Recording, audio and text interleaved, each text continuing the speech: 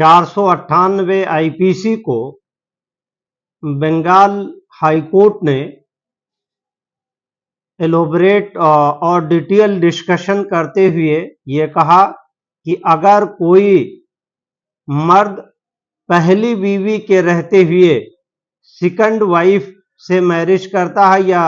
किसी सेकंड महिला से या किसी महिला से शादी करता है पहली बीवी के रहते हुए, तो क्या उस पे 498 एप्लीकेबल होगा। अभी तक देखा यह गया है कि 498 का एप्लीकेबिलिटी इस तरह से ट्रायल कोर्ट मानती थी और पुलिस के जरिए से एफआईआर दर्ज होता था कि अगर कोई हस्बैंड या कोई आदमी पहली बीवी के रहते हुए और दूसरी शादी कर लेता है या दूसरी महिला से शादी कर लेता है, तो पहली बीवी अगर कंप्लेंट फाइल करती है तो 498A के तहत वो दूसरी बीवी को भी उसमें इम्प्लीकेट करती है और ऐसा बहुत बार देखा गया है। तो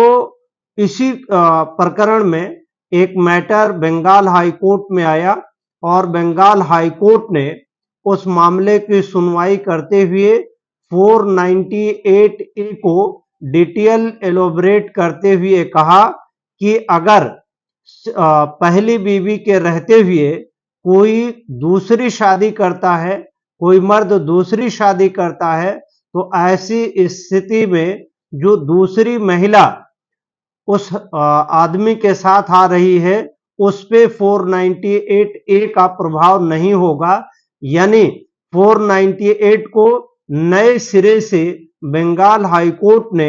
एक मामले में डिटेल और एलोबरेट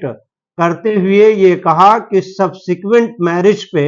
498 लागू नहीं होगा। केस का नाम है Sagari Hembram versus state of West Bengal, जिसमें ऑनरेबल कोर्ट ने 19/11/2024 को ऑर्डर किया है और डिटेल ऑर्डर के साथ ट्रायल कोर्ट की प्रोसीडिंग को क्वैश कर दिया है और एप्लीकेबिलिटी ऑफ 498A को ये कहा है कि सब्सिक्वेंट शादी अगर होती है तो यानी दूसरी शादी पे जो दूसरी महिला होगी उस पे 498A की एप्लीकेबिलिटी नहीं होगी। इस हिसाब से पहली बीवी के जीवन काल में अगर कोई हस्बैंड दूसरी शादी करता है तो 498A दूसरी महिला पे लागू नहीं होगा।